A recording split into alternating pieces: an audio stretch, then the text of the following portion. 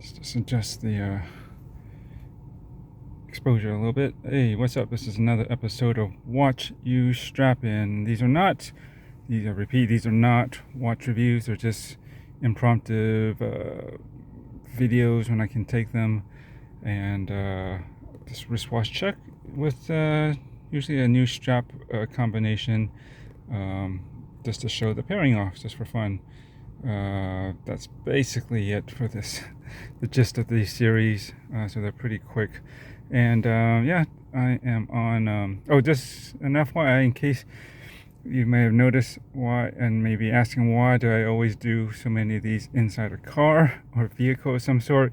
It's just I'm always on the go, quite busy, and when I'm out of the car, I will be busy with other things most of the time. And on top of that, the inside of a car usually acts as a pretty good natural light box for photography and filming, and I like the quality of light inside them. So that's basically why I keep to the same formula right now. As I find when I can time to do a little bit more variety of filming and photography, I will try and do that, but as it stands, that's usually what I have to work with. Anyways, enough of that. This is the Glycine Airman, I guess they officially call it the Vintage Airman, the Chief GL0303. Yeah, and yeah, it's a great GMT watch. It's not a traveler's one. It's, I guess you would call it an office GMT.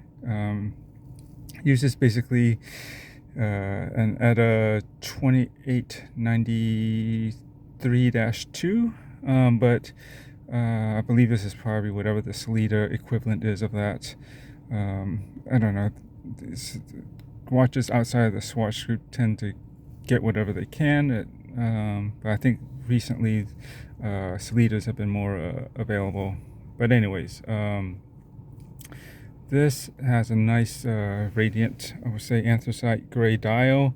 Nice blued hands. It's a really nice combination if you like blues and grays. And anyways, today this is paired on a sailcloth strap, as you can see here. And this one is made by Brady Straps. They've been making straps for a while. It's actually pretty good quality, for around $35 or so, I think.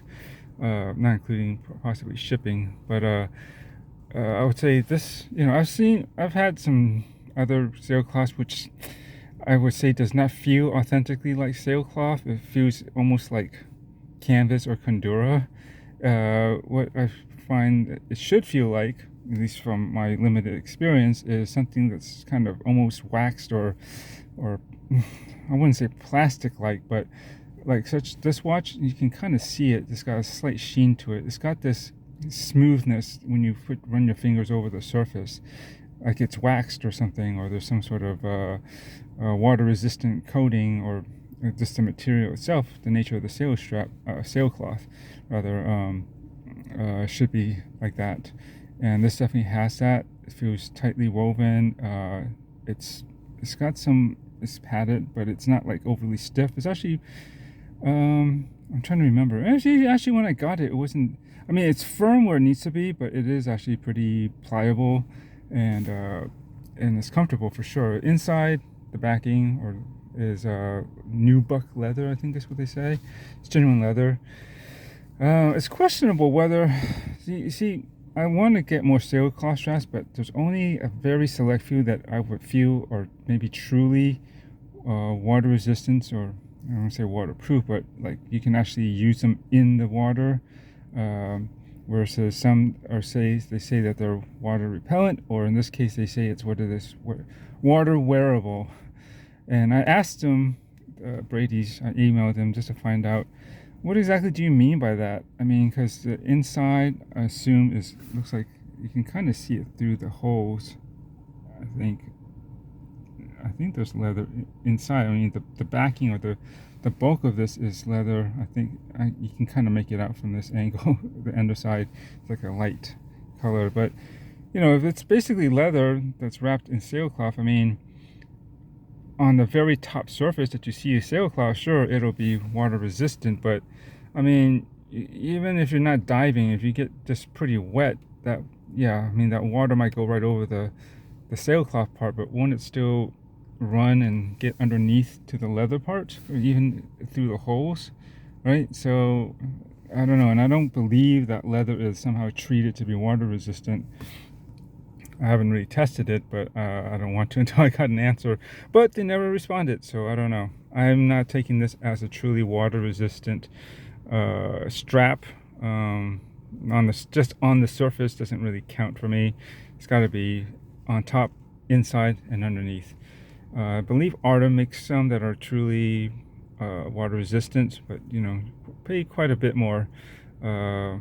Like just shy of $100, somewhere around $80 or so, I think. But they only have them in black, so that's the only thing. I mean, that's universal, but I wish they would make more colors. And I think there's a select few others that they don't actually have, either they got rubber or something, or some sort of synthetic material underneath, or additionally the underside is actually wrapped in sailcloth as well. So I think those could work as a really truly water resistant. So I don't know, but I still like to look at this. This has it's not called navy.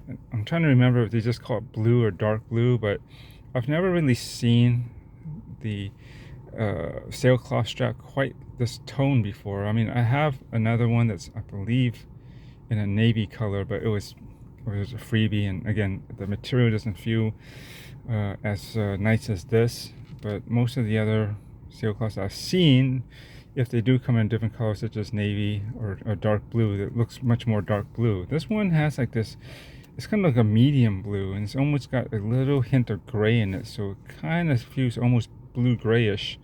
It's a nice color, and that's why I like this one, and I try to wear it when I can. But I'm thinking of maybe getting another one in 20 millimeters, because these are 22 millimeter lux band on this Glycine from my other watches, which I have more that are in 20. But the only thing is, again, the strap is unfortunately probably not truly water resistant, so it may find limited use, such as this. I only wear this on the weekends now. As I mentioned in some other videos, I try to keep my strap options currently, while all this stuff is going on in the world, something washable, easily washable, and basically will mean rubber, you know, metal, like a link bracelet or mesh, or like a nylon, like a NATO strap or some sort, something like that. But usually nothing with leather in particular, because you can't really wash those, right? So I just say that just for the weekends when I'm off work and I don't have to worry about getting it dirty or even lightly contaminated from, you know, because I'm not working. So I'm just safe at home usually. So I will, or if I go out, I'm not gonna, you know, be all up in anything really particularly filthy or risk contamination. So anyways, yeah, so this is a pretty good strap, good hardware. The end keeper really doesn't really slip off, which I don't know why more strap companies need to pay attention to this last end keeper. It's some reason they always make the ones up here right by the or the buckle pretty good fitting and it's stitched on anyways, but the one that slides around to fit hold the end, a lot of places they make them too loose, and you just either slides back in, and so you got the tail hanging out and you got to push it back out, or it slides completely off. Again, the tail end will hang out and then you got to reinsert it and get it positioned again. I don't seem to have that trouble with this particular strap. Oh, this one is again blue, or maybe it's dark blue, I forgot the exact wording, but there is a choice of stitch colors, and I chose what they call steel. So it's basically like a gray stitching, essentially, or maybe it's considered kind of silver, gray, silver, it's kind of same thing. And I think it looks pretty good with this watch. Again, I don't have any other watches with 22 millimeters currently. It's just this one, so I just try to make use of it. And I think this bluish gray kind of ties in with the blue hands and the gray dial. You know, it's not exact, but I think all overall it just basically works pretty well. Anyways, that's basically it. So sorry about the exposure. I need to get a better camera that holds exposure and adjusts focus at the same time. Or holds focus better. But anyways, there we go. Let me just get a further shot away just to give you proportion. This is a 40mm version, 40mm case rather, and it does wear maybe a tad larger than that because of the wide, the broad or spread out lugs for 22mm. You know, at the profile, it almost has a rectangular shape, but it isn't. But that's probably gives it a little bit extra wrist presence. But that's pretty much it. And you gotta, or at least I like Glycine because they make some pretty good watches. At least all their kind of more heritage or vintage inspired models. This is an original GMT design from them, which hasn't changed in what, like, I think over 70 years. It was in the mid 50s when it was introduced, which actually beat Rolex for being the first commercially available GMT watch. But of course, Rolex always steals everyone's thunder. Anyways, but this is definitely underrated. And don't mind all the talk about, oh, but it's owned by Invicta. That it's still made in the same factory it always has been in Switzerland. And I've never seen I've never had any issues with quality as far as I'm concerned. This one's been running pretty good too. I think I gotta check my records, but it's about +1, maybe +2 seconds a day. It's holding pretty good, and I didn't have to even mess around with the regulation like unlike some other watches. This one came out pretty good out of the box. And anyways, I'm rambling on, so let's just cut it here. So thanks for watching, and enjoy your Sundays as well. Later.